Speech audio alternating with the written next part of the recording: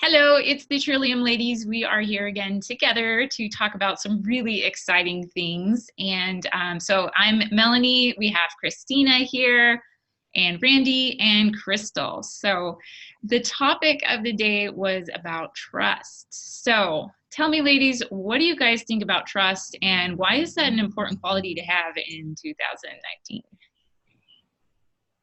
Who would you like to start, Melanie? Why don't you start, Melanie? Okay, trust. Okay, well, it seems as we uncover kind of what's happening in the world, we're finding out more and more how many layers of betrayal we've been subjected to. So trust is of huge importance in this day and age. And how we get it, I think, is through doing things like this, just being ourselves, showing up, sharing what we know, and try to live in alignment in our own personal lives, because I don't think we can really get away with being dishonest anyway, because I think most people feel it on a soul level. So those are my thoughts regarding trust so far. Cool. Other thoughts? Crystal, what do you think? I think that trust for me just comes back to myself as an individual. We look at the world as a whole, and like Melanie said, there's just so much going on and so much dishonesty, not a lot of loyalty in many places. And so I've had to really kind of rein that in for myself over the recent past, to really just believe in myself. And as long as I understand that truth, I find a lot more trust in others. So I think that that's the most important thing right now.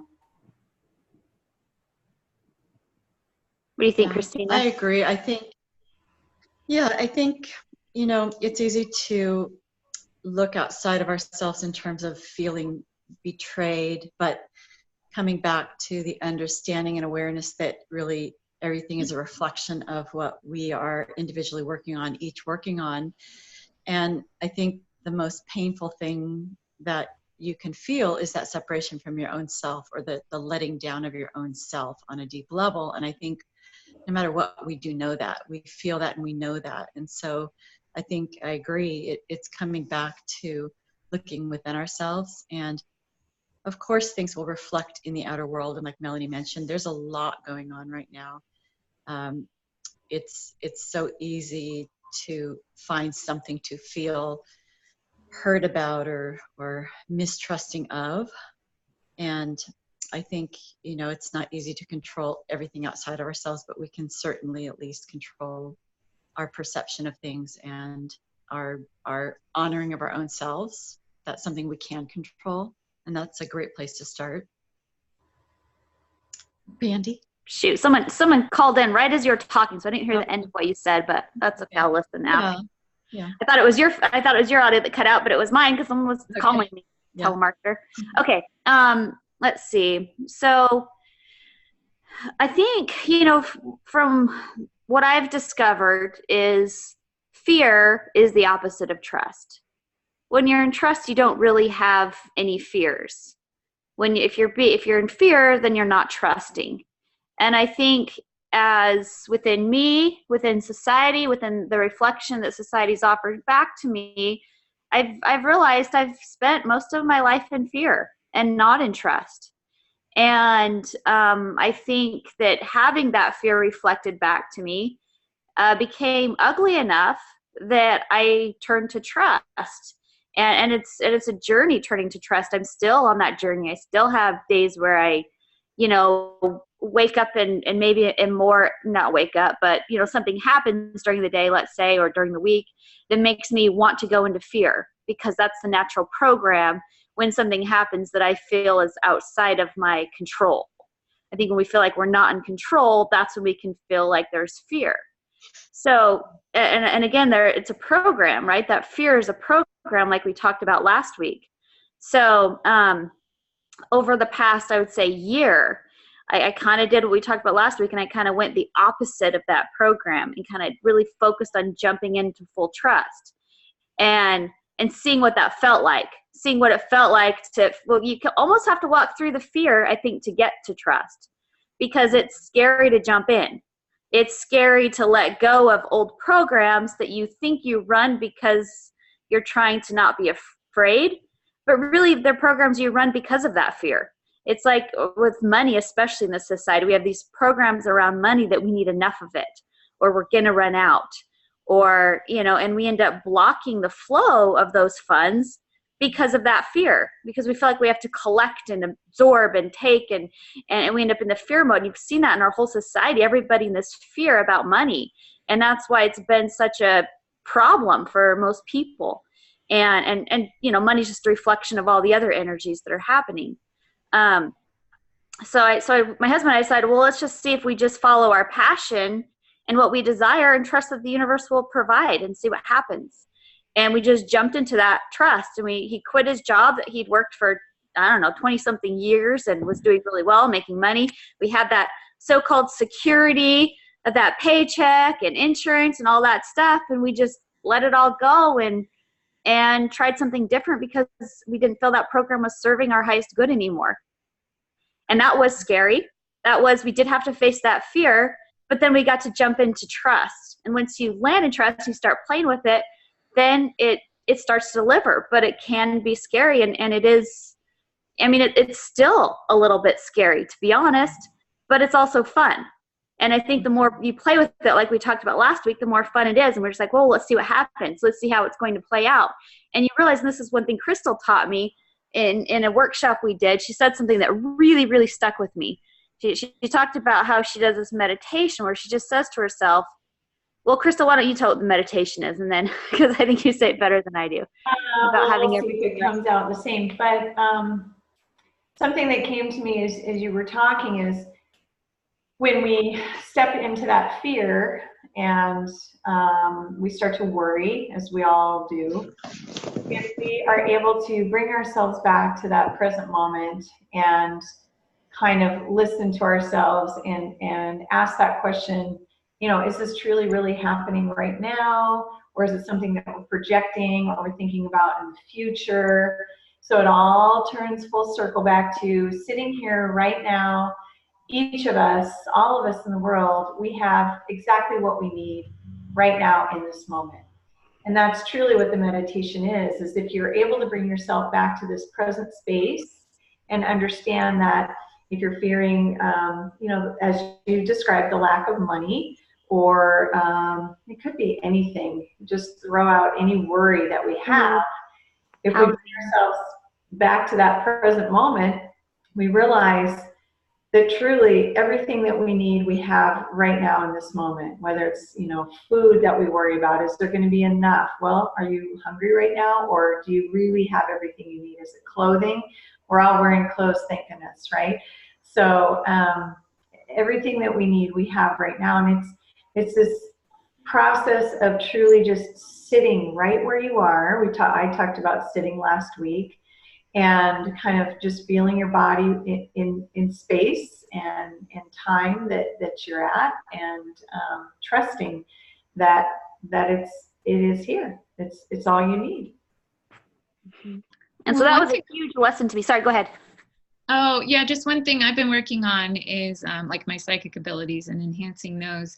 And kind of what's come with that is this like uncomfortable awareness of like some negativity, either some potential timelines that I could tap into if I wanted to, which are kind of, some of them are negative and uncomfortable. And then I know if I give my attention to something, that's what will proliferate in my life. So do you guys have any advice for people, like when you start to become aware of things that might be negative? That's obviously a real part of me because it's showing up in my experience or in my mind, in my psyche. But I don't necessarily want to manifest that. So how do I trust when like negativity comes up either within myself or externally, and it's kind of freaky? How do I trust in those situations and know that the right timeline will unfold? I could start off by saying immediately what came to my mind is to literally sit with those feelings, that feeling of distrust, that feeling of uneasiness. You may feel physically like nauseous. You may feel just really out of sort. Maybe you feel very sad or like crying. Sitting with those types of emotions, I think, is the first thing that helps. And that goes back again to trust, because we fear that. Like we want to say like, oh no, I shouldn't cry, and oh, I'm, sitting here having a pity party or whatever it might be. You need to have a pity party. It could last a little while, or it could literally last a matter of seconds. And it's amazing once you actually turn and you face towards that thing that you're just fighting against, how everything shifts for you. And Rainey and I have talked about compression breakthroughs and kind of like the birthing process almost, when someone's if they're having, a regular, not a C-section, but vaginal birth, that baby and all that pressure and that head pushing through, and they go through this pressure and this time and facing something that's new. They go from this darkness, this comfort, this warmth, and then they burst out into the light of something. That's kind of that same thing. And so when you're sitting with these feelings, like you said, you're working on, developing things within yourself.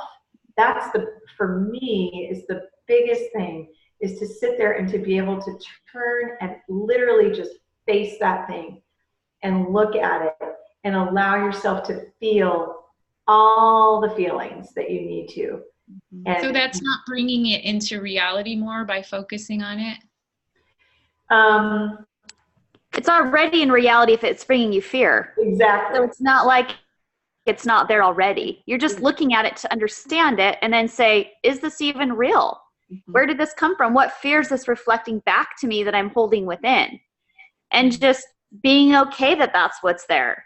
And then deciding, is it real? Is this fear that I'm having that's creating this experience real? Just like Crystal said, it probably means you're either focused in the future or the past and not in the moment of the experience itself.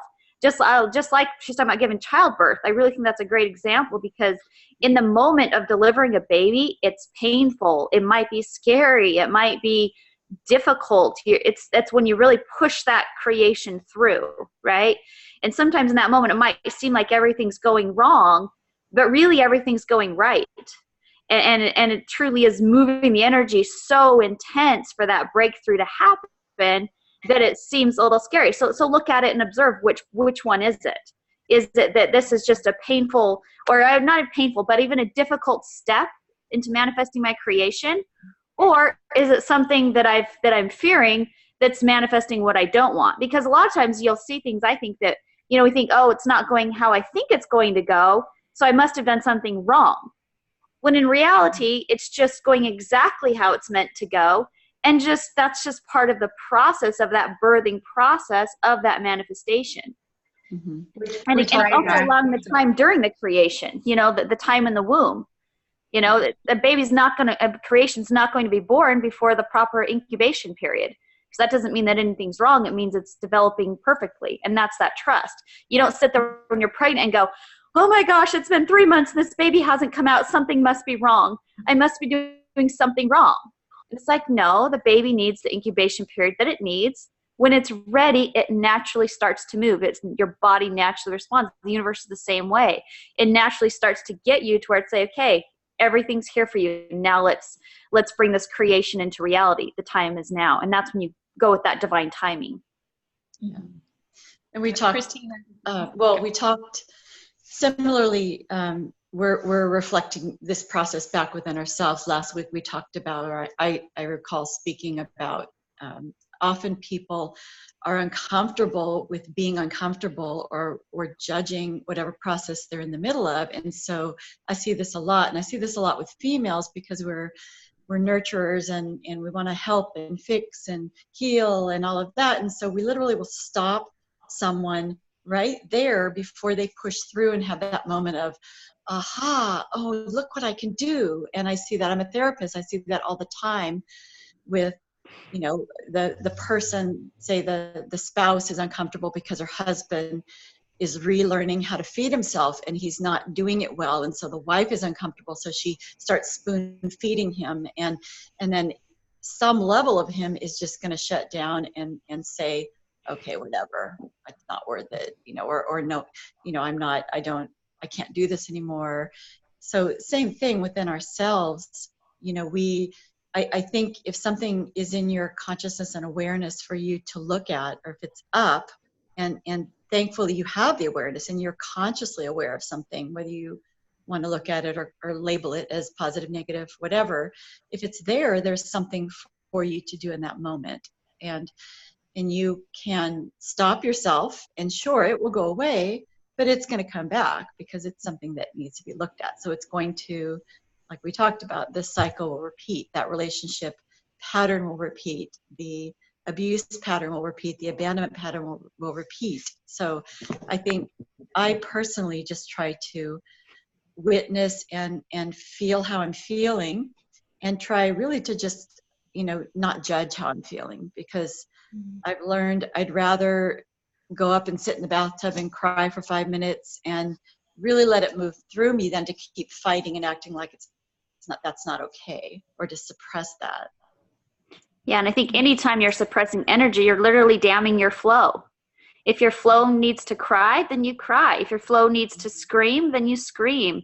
Anytime we suppress any emotion, I think we're literally damming the flow of our energy, because we're damming energy in and of itself. Because all of those emotions we experienced through this journey of learning to trust, it's like when you're delivering, same thing. You might need to yell a little bit or scream as you do those pushes, and that's okay. That's all that same type of energy. It's a release to continue the flow of energy itself. Mm-hmm. Yeah. I guess what's confusing for me is, so I'm trying to be a better manifester, right? And to me, to learn to manifest is learning to control. Maybe control is not the right word, but to render your thoughts in a direction that pleases you. So it's a little confusing for me still, because I want to make sure I manifest the reality of my choosing. But there's this huge unknown component, where I need to trust. And so how do you reconcile that? I think you hit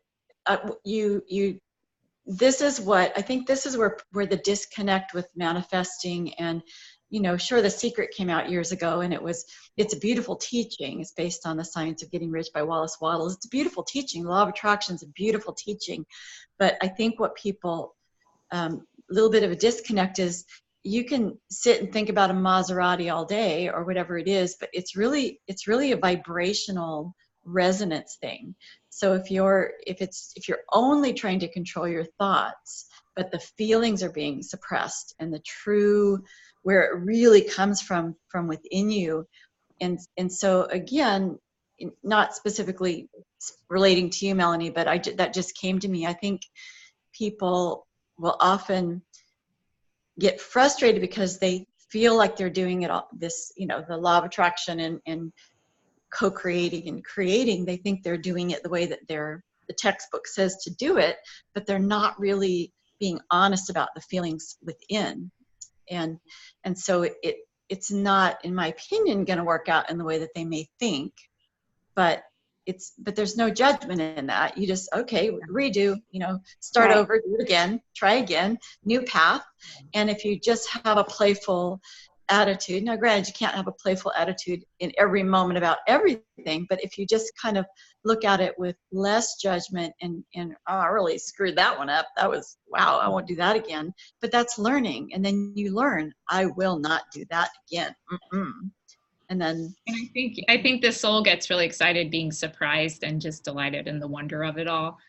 So I think that's so true. It's like when you feel the feelings of the experience that you want, that feels very real, but how it actually plays out in the physical is always this delightful, unknown kind of crazy wonky kind of thing. That's magical though. That's so magical, because I mean, the world would be so boring if, I mean, literally, if we could say, I would really like this. Exactly. And I mean, and if everybody was doing that, I think it wouldn't be as exciting, because that's part of my most exciting moments in my life, were when I pushed through something or came through a really difficult,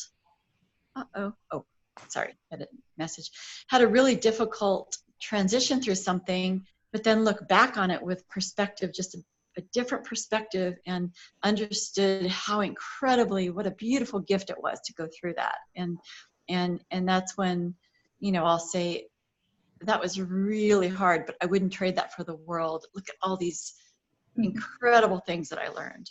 And I still picture myself like a grain of sand with the cymatics, and you know, the sound frequency, and you know, when there are these healthy frequencies coming in, all the little sand particles make this beautiful mandala. And I'm sure when we look back on our life experience, it's going to be this like beautiful symmetrical like pattern. And so yeah, we just got to kind of relax and settle into that. Well, and So just like that, Melanie, what you're talking with the mandala, you know, that's based upon the vibratory frequency, right? Whatever frequency, is being resonated, it naturally creates it, right? So really all you're doing is holding a frequency of that desire. And really our desires are, okay, well, what brings me joy? What fulfills my passion? And that should really be the energy that, I shouldn't say should, that we can hold that energy of that thing, and it's going to manifest, it's going to create. All we do is hold space for that to manifest. And really we're just creating space for our desires to manifest, and they always will. That's the thing, the universe will always deliver as long as we hold that space and we don't sabotage the creation with our own fears before it actually manifests. So that's, I think, that trust, just knowing most of manifestation is happening in the darkness. We don't see it happening necessarily until suddenly it's delivered. It's like, oh, and then you can kind of look back and see how all these little pieces tied together to bring forth this manifestation that maybe you didn't see was part of that in the process. So I think really the job to trust is to trust that process, that it's happening, that it's working for your skin. As long as you stay in that trust, you're holding that vibration of that creation. And that's really all you have to do, is hold that vibration, give it space to develop and everything else, and it will manifest. Yeah. You know, I think a lot of social engineers have understood a bit more about the nature of reality than the average person, and that's by design. And so I see that they've sort of engineered this culture we live in. And a lot of us are kind of awakening to how that works. And we're starting to create our own mandala, our own reality. So what can we do to help bring our fellow humans along? A lot of them are still looking on the outside to trust and to understand. You know, they're looking like, give me a CNN article to prove your point, Melanie. You know, it's like they're still looking on the outside for truth. How do we help people be the creators of this reality? Do you guys have thoughts on that? I think being a constant reminder of what truly brings you joy or speaks to you in each moment. So, and that's really breaking it down to this very moment. That's one thing. And a second thing is, so you could sit there and you could kind of argue like, well, I don't really feel like doing that, or da da da da da. You know, if you look at the bigger picture of something, I think today is a really good example. Today it was really hard for me to get on this call with everybody. I was not feeling, kind of feeling a little bit out of sorts. And I just knew, kind of like the compression breakthrough experience, okay, you know, stick with it. It's a scheduled time. Let's make this happen. I'm going to trust that things will fall into place just as they should. And that's truly how I feel. As I sit here now, I even feel more grounded and not as out of sorts as I did previous. So that's the first thing, is looking at, you know, what truly brings you joy and happiness. And for me, it's having a gathering like this and being able to talk about different topics and issues with each other, and allowing this recording to happen so other people can experience it.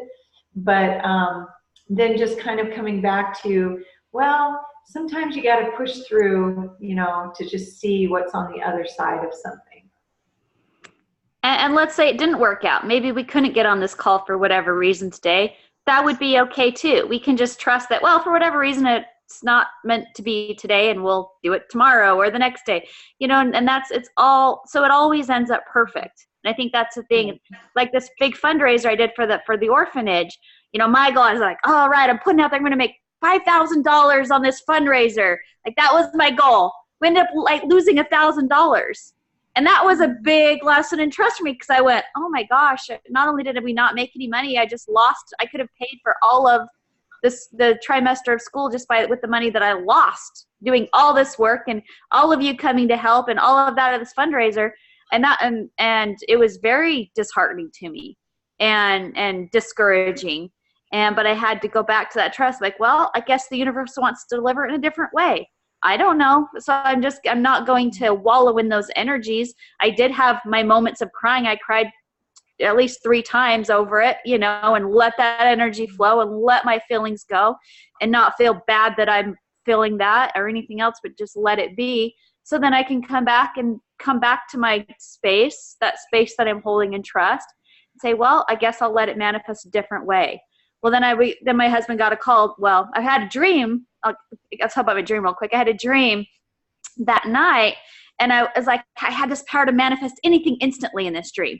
It's like, oh, I'd like a cup of hot cocoa. And suddenly there's a cup of hot cocoa that I'm drinking, and like all these different things just manifest. And then someone's like, hey, can you manifest some oats for us to eat? I'm like, sure. And so I manifested a full bucket of oats so they would have plenty for later, like a 5-gallon bucket of oats. Well, as soon as I turned, the oats had already gone bad. Like they were all wet and ruined. And I'm like, why are the oats ruined? And that's the part of the dream I remembered. And when I woke up, I realized when I'm manifesting more than is needed in the moment, it actually was damning the energy of it. And so it was causing it to go bad. And it was showing me that you will always have everything you need. You can manifest anything in the moment. Like Crystal, it's always about staying in the moment. In this moment right now, I have everything that we need. And the next moment, I have everything that we need, that the orphanage needs. It will always show up if I stay in that trust. If I'm trying to hoard out of fear, because that's what it really is, right? We're afraid of not having enough. So we start to hoard energy. We start to put it somewhere safe so we can keep it. But in doing so, we are blocking the flow of that energy, right? Yeah. And so to stay in the flow is to stay in that trust. And everything we need will show up in the moment. That is our power. That's what the dream was showing me. Well, it just so happened that the next morning, my husband got a call that one of the deals he thought he was going to make $15,000 on. He's like, oh, I'm going to make $20,000 on that deal. He gave us a higher percentage. Well, so right there, that's that $5,000, right, that I didn't get from the orphanage, but it came in another way. And so it's like now I have this energy. I can flow as appropriate and as it will serve the highest good back into the world. Now, my job is not to hoard that energy either out of my fear, right? It's like, oh, well, this $5,000, this could be mine. But I don't see it as such. I see it as an opportunity to continue that flow, to create what I truly desire. I don't desire to have pieces of paper. I desire to make the world a better place, right? And just like you're saying, that's the desire. So as we focus on us, that's how we teach it outside of us, I think. And that's how we continue that energy to flow. We don't have to worry about teaching the world. We just practice it within us, and that releases the codes into the collective, so people can start grasping that new potential of, I don't have to hoard anymore. There will always be enough. And that reconnects us to source. Source is the power of that flow, right? It's only because we've disconnected that we feel like we have to have this hoarding thing because we feel low on power, low on our source energy. But once we reconnect, that's that trust. When we're connected to the source, we trust, and it will always just show up in the moment that we need it. We never have to worry about lack. Lack is a fear. In the video, I think a couple of us listened to this morning, it was the person speaking was explaining the flow of energy and money, and because it is energy, it's energy, it's currency, it's current, exactly. It's currency. But I liked the analogy of, if you're grabbing and your hands are full, then when source and the universe want to give back to you, you have nothing to grasp with because you're clutching. So that same with the oats, it's not truly that you really won't have what you need. It really always is there in that moment, if you can understand that. And there doesn't have to be that hoard mentality of grab, take. And it's a natural flow. And well, I think even what we're doing right now gets this out into the world too, just by sharing our own thoughts on it. You know, maybe someone watches this video and that spreads to them in that way. It can spread so many different ways just by us observing it and experimenting with it and sharing our experience with it. Then other people could say, well, maybe I can trust too then. Maybe I have been living in fear and they didn't realize it, but seeing it from this perspective, maybe they can see that. And that's how I learned. You know, I learned from observing other people, and it's like, wow, they just are going with the flow without any fear. Is that a potential for me? If it is, then I got to practice it and see, right? Yeah. Got to see your patterns, got to see your barriers, things that are holding you back. That's why when I know things are difficult in my life, I ask to see my barriers and I ask to have them removed. So one of my favorite oracle decks is the Osho deck, and the trust card is one of my favorites. I wish I could show it, but maybe I can in the comments or something. But it's just a quick little blurb. I want to read it. It's a body. She's sort of just jumping and floating. I don't know if you guys have seen this deck, but she's just floating in the sky. I think you can share screen on it if you want. I don't know if you can figure out how to do that, but. Yes, there is a way. Well, I'll go ahead and read it. Okay. And then I'll look at that. It says, don't waste your life for that which is going to be taken away. Trust life. If you trust, only then can you drop your knowledge. Only then can you put your mind aside. And with trust, something immense opens up. Then this life is no longer an ordinary life. It becomes full of God, overflowing. You cannot lose your real treasure. So I thought that was nice. A good reminder. Nice. That the real treasure is something we always have. It can't be taken away. So well, I love how it's overflowing too, because why did we create dams? We dam energy out of fear, right? So we got to save some for later. But when rivers overflow, they naturally give everything the water it needs without a dam. And so when they talked about the Nile would overflow when it would, wet the seeds for the harvest later. They didn't have to dam the Nile for that to happen. It just naturally would overflow, and they trusted in that would happen, and we only create dams because we fear of not having enough water or whatever. So it's that same energy, like your thing talked about with the flow. So I love that. One analogy that I wanted to bring up, and it's come to my mind a couple of times, is in teaching yoga to people.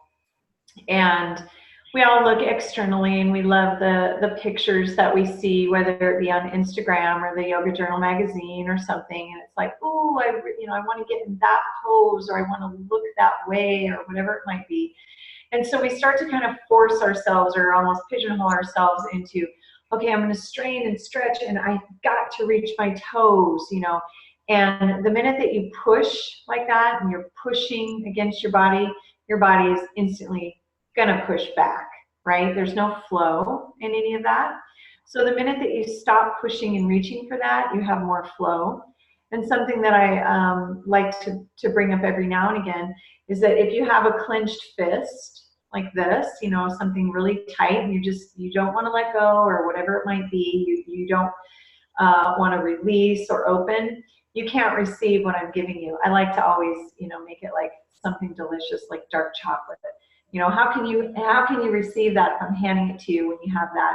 So if you can release and let go, then that is open to flow and to come into your body. But you have to first trust that if you do open and something does fly out, that something will fly back in, wherever that might be. That goes with your jaw and your mouth clenched, so tight, or holding back words, or not being able to hear someone, closing off that throat chakra area and not listening, and not hearing someone, then, you can't in turn share knowledge, right? And so it always has that yin and yang, yin and yang process. But you have to come back to that trusting that it will work eventually and how it should, just as the universe planned.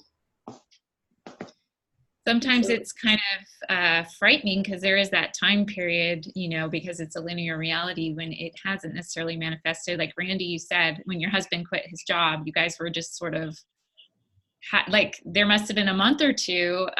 Like, what advice do you guys have for people that are just learning to like open their hand, and it's just taking such a huge amount of will? What advice do you have for people kind of stuck in that little time slot that it hasn't manifested yet?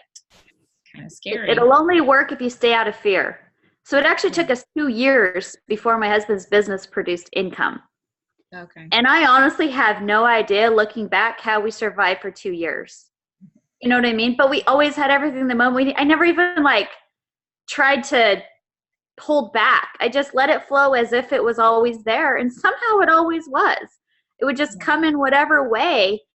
And I just held that trust. And I think the universe was, and probably my own self was like, no, you're going to get this trust. And you're just going to have to hold that energy until it manifests and allow that divine time, because I had to practice it to really get it. If it would have happened like in 2 months, I don't think I would have learned the lesson that I did in 2 years of having to hold that trust, because I had to really trust at the end where it's like, okay, well, there's no money left in our savings. There's no money left in our checking. There's no money to borrow. Where's it going to come from? I don't know, but I'm just going to trust that it'll show up in the moment that it's needed. And I think it's important for people to realize real quick that it's not just you and your husband. It's not just the two of you that were working through this. There's 7 people, 5 children. I think that's important. And he had to trust too, because that's a big responsibility for a man, feeling like he needs to be the provider to go to that space. So I so honor his journey in that, because it was harder for him than me. I can put my trust in him, but he was really the one holding that I don't know what the word is, but really having to hold that space of, this is going to work out. And I knew that it would. I felt it. And because I knew that was a trust that I trusted that the universe was conspiring for us. And that's what I really feel. The universe is literally conspiring to make all of our dreams a reality. It really is. And it's got to figure out a plan to make that happen. We don't even exactly have to know how or what it has to look like. We just trust that it will show up. And in that trust, it will. It'll show up in a beautiful way, like I said, in a magical way, like a gift, like Christina talked about, a gift we get to open and see how it manifested. If we don't have to hold such a stiff belief of what it has to be or what it has to look like, or decide, well, this isn't it. This isn't what I ordered. Maybe it is. Taste it and see. Experiment with it. Play with it. Don't judge it. Yeah, I think our greatest teachers on this planet are the babies and toddlers and children, and when I see a baby, I think, oh my gosh, they just are so light. Their energy is so light because they live in a place of trust constantly. They wake up in the morning, they don't know what they're doing there that day. They don't care or know what time it is or anything. And it's just like, wow, we could actually tap into that energy at any time. Just Totally. Trust every moment. So totally. One thing too, I was wanting to mention about yoga. Crystal talked about yoga, and in yoga, the breathing is a big practice of that. And when you're breathing, you're flowing energy in and out, right? You're not trying to hoard and you're like, oh, gotta keep bringing in energy. It doesn't work that way. We would suffocate trying to hoard that breath, right? It's the flow of in and out and movement of that, and letting the body and everything go with that flow. That's that same energy. That's that same energy of flowing, of trust. We don't wake up in the morning worrying if there's going to be air to breathe. Now, there might be some in this world that try to make us fear that there won't be, or fear that there won't be enough water, or fear that there's always lack, that we're going to be out of resources, but we're not.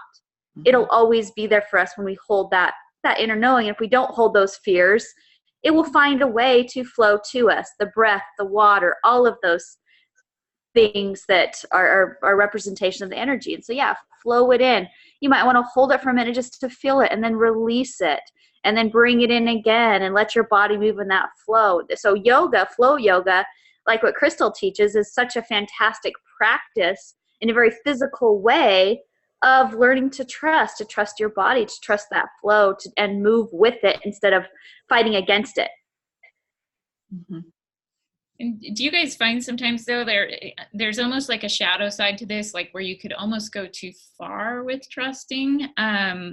Like we still have to make physical decisions and take physical action, and so how do you always know how to do both? Trust the unknown, but yet plan ahead. It's important to do both. Mm-hmm. I don't know. I didn't phrase that as a question very well. I'm picturing the tarot card with, you know, the sword pointing at the ground and the sword pointing at the heavens. How important it is that we are a conduit for both. And I feel like what we're talking about is trust, which is a lot of trusting the universe, trusting the non-physical. So how do we unify that with the physical tasks that we need to do? So I think it's not about not taking action. Trust doesn't mean we're staying still, but it means we're taking inspired action, meaning action as our spirit guides through that trust. We'll know the right actions to take, even if they don't lead to the results we think they will. It doesn't mean it wasn't the right thing to do. If we felt inspired to do something in one way or another, it's the right step to take on that journey. But going with that flow, your actions go with the flow as well. Mm-hmm. Does anybody else have any thoughts on that? That's what I would say. I think it's a balance and a dance between knowing when to act and or when to kind of receive inspired information, which will, you know, allow I'll try to make this a quick story, but in 1986, I went to India to a meditation ashram, and it was an amazing time, but I had been there for 6 weeks. I was ready to go home. I had my passport and everything in a small bag. I went in to do this one last kind of a chant, blessing prayer, lost my bag, and pretty much everyone there was up on a course in silence on the top of this mountain, and almost everyone. And so I had everything in there. And so you know, not that it would have been the worst thing in the world to stay a little bit longer, but I was ready to go home. I had my plane flight and all that. So what I did is I went within, and what came to me was, no, it's not, you're not going to just sit and, you know, ohm your way out of this or pray your way. You have to do something, and this is what you do. You make a big sign that says, "Help, lost black leather purse, I leave tonight," and you stand at the bottom of the hill while everybody's coming down on their break. And the right person actually she looked, and then she came back and she saw, and she said, "Does it have a big long leather strap?" "Yes." I grabbed it. It's in my you know, room. So she got it to me, and I literally got on the bus, like literally with minutes to spare. And it was knowing to, you know, pray, meditate on what to do, but then what came clearly was action, and what action I needed to take. There was no time for anything to be wasted, no moment wasted, and it was exactly what needed to be done. And again, it wouldn't have been the end of the world, but you know, it was just such a powerful example for me. I was pretty young, in my 20s, and it was such a powerful teaching and lesson about that dance between taking action and kind of pushing and controlling and listening, and the delicate balance that it often requires. So I have a dear teacher that she ends her classes with a prayer that we all take the right action at the right time. Oh. And that's exactly what it is. And Melanie, when you first posed the question to me, it was exactly that, just balance. And taking the right action at the right time, and that always, or most of the time, can stem from taking that moment of silence, just sitting and closing your eyes, rather than just being kind of frantic and all over the place and, my gosh, what should I do? You know, you could have been running around all over the place, but you pause for just a moment and you just say, let the right action come at the right time. and then you release that, and it does. It really, and that, all of that circles right back around to trust completely. Absolutely. You made your action based upon trust, not fear. If you would have acted out of fear, it could have been chaotic. You probably wouldn't have found it because she already grabbed it for you. It would have just probably made you late for the bus, or you missed the bus, or whatever, you know, and it would have been a negative experience. You probably would have perceived it as, because you didn't take the time to sit in that trust that, okay, I'm going to listen. Here's what I'm going to do. It says I'm just going to do this, and trust whatever happens will be for the highest good. And that's what you did. And it wasn't scary or painful. It worked out. It may not always, but then trust that was the right thing too in those moments. That when we think things aren't working out, that in reality they are. And I think it always will. So I think that was a beautiful story of trust and the peace it brings as opposed to the chaos.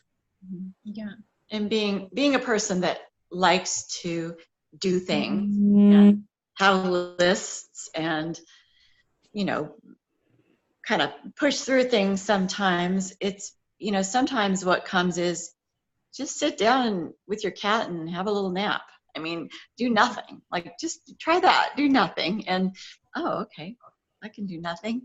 And I think that's really key, Christina. You know, sometimes that's the perfect thing, because it balances my energy of, I can get a lot done in a very short amount of time, because that's how I roll, but it's not always the best for me. Like, so, you know, it's been a constant, you know, not constant, it's been a lifelong journey to learn that balance and slowing down and enjoying. I have a lot of time alone right now, which I love so much. It's wonderful, and a lot of quiet. I think that's really key in coming from years myself of thinking that I constantly had to do more. Right. And realizing that it's detrimental ultimately. And I say in doing more, like, you have to produce more, you have to be more, as far as physically be somewhere else and do something more and have your to do. And, you know, we talk about that a lot right now in society, that having I'm too busy, I'm too busy, I'm too busy, I'm too busy. It's detrimental. And so taking that time, like you said, and just to sit with your cat or whatever, that should be on your to-do list. Yeah, you can too busy yourself to death and miss your whole life being too busy. I mean, how often do we do that? We're so busy that there's literally no time for your own breath and self and thoughts, because there's so much crammed in there. I see that with a lot of, you know, families, and there's so much pressure to just do that, especially with kids, with young kids. Like, that's why, Randy, meeting your amazing kids, each one is so amazing, and the little ones were magical because they have space to play and be magical and create and just be kids. And it's not filled up, every moment isn't filled up with, you know, the checklist, creating little mini-me's that can take on the world. It's like, it's, you know, those are the people, the beings that I want helping to direct the planet. See, and Christina, it's funny because I've hung out with you enough, and you're like, oh, the Virgo in me wants to plan these things. Yeah. And I'm almost like on the other side, where I am really good at flow. I'm from a huge family. I'm used to like adapting to large crowds and all that. But it's almost like I almost went too far into that. And so I've been an entrepreneur for several years, and I feel like now that I'm 40, I'm just now learning that, like, no, I do need a schedule. I do need a routine. Like, I was kind of flying around a little too much. So there's definitely a balance. I guess it's still flow, though, that we want, but we also have to operate in this. You're the butterfly we talked about. You're the butterfly. And I don't want to be disrespectful and rude to people, so I do want to be on time, and I do want to keep my commitments.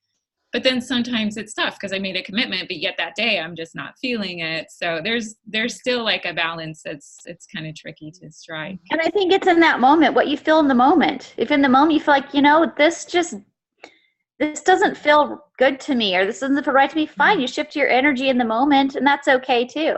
So everything, I think we can go back to those moments, like in this moment, I just want to take a nap. Trust that that's okay to do, and your body might just need a nap, and you will actually be more productive by having that 15-minute nap than if you tried to push through it and survive, and then you end up petering out 2 hours earlier than you would have normally during that day, exhausted, never getting as much done as you wanted to because you didn't bring that energy back in for a little bit, let it just sit, take a nap, take a meditation, whatever. Just allow it to be in each of those moments, and I think you'll always get it right. I think if you just follow what feels right, it is right. We don't have to question or worry that it's not. Yeah, I wish the rest of the world worked that way. And I'm glad we're doing videos like this, because I think about it, like how sad it is for somebody to go through trauma or a divorce or something, but yet they have to show up at work the same day, the same amount of hours, and they gotta like do their job. And there's just nothing natural about that when it comes to healing, you know? So I just think it's important that we all kind of get on board with that. Well, and maybe when they're ready to heal, that time will be made for them. Sometimes being busy may serve their highest good because they're not ready to heal. They're not ready to look at the pain. So it gives them a distraction from the pain until it's like, okay, now they're at a space where they can look at that pain. They can understand it. They can process it. Then they might get fired from their job. And they might perceive that as oh my gosh, now my world's really falling apart. I just got fired. But maybe that was the gift that they didn't realize was giving them the space, the time to then go through the healing process. Mm-hmm. Yeah. I think always the universe is conspiring for our highest good. We just don't necessarily perceive it in the moments. So if we start perceiving everything from that possibility that maybe this is for my highest good, then suddenly we're seeing the world as serving us, working for us instead of against us. Meaning we're seeing it through trusting that it's here for us, not in fear that it's working against us. And I think that's the biggest lesson, if we can share with all of humanity, is that the universe will work for us as soon as we trust that it will. There are little phrases, and, you know, often if I catch myself just feeling rushed or feeling like I'm pushing, you know, not flowing upstream, you know, paddling upstream instead of flowing, one phrase is, I request the most benevolent outcome. And it's such a simple, it's an asking, sometimes asking the questions. How does it get any better than this? Some of these teachings that I've learned over the years, these questions are so important. And you're just offering that up. Or even, who does this belong to? Sometimes it's other energy that you kind of have around you that really isn't your energy. And usually I'll yawn and kind of have a release. And then I can just ask to return that to the sender, return it to where it belongs. And then I immediately go, oh, there I am. And there's just little, small, simple tools and things that we can do that can make things much easier. Yes. A lot of tools. Yeah. Well, and speaking of that river flow, oh, go ahead, Christine, sorry. I was going to say, speaking of that river flow, Christina, you're talking about, you know, flowing with the river and going with it. I remember one time I was in a space of major fear about things in the world, about what was happening. And I probably spent months in that energy. And my little, I think she was 3 at the time. Maybe she was 4, probably 4. My little Mila, she's like, Mom. I'm like, what, Mila? She's like, I need to sing a song to you. And in that moment, I knew, like, hey, this is important. Stop what you're doing and listen. And I said, I'm like, okay, sing me your song. And she starts singing to me, row, row, row your boat gently down the stream. Merrily, merrily, merrily, merrily, life is but a dream. And where that came from, I don't even know. But that was like such the message I needed right then in that moment. And she knew that it was important for her to tell me that. And she didn't hesitate to tell me that. It came to her that she needed to sing me that song. And I needed to listen to that song. And I realized that is what it is. Life is a dream. Life is a flow. It doesn't have to be scary or painful. It can be merry and joyful and wonderful. So stop judging it as anything other than that. And that's when you get in that trust that the stream is carrying you exactly where you want to go. And the ride is beautiful. The destination doesn't even matter. It's all about the ride. and being merry in the ride. And Katie, my other daughter, came to me 2 days ago, and she's like, Mom, I had a dream and there was a message for you in it. And I said, oh, what was the message? And she's like, whatever you're worrying about, don't. It's going to be okay.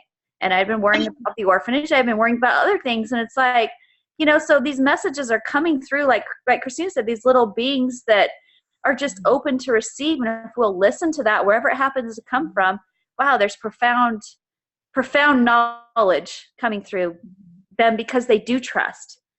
And they just flow. She was so cute when we were together a couple weekends ago, and I had made them little organite letters each with their name, and they had crystals and various things. And so she ran over and got hers, and she had her little M, and she said, I need this now because I need to put it here to take she didn't say pain, but she said something out of my head, and she just held it on her head, and then she went, okay.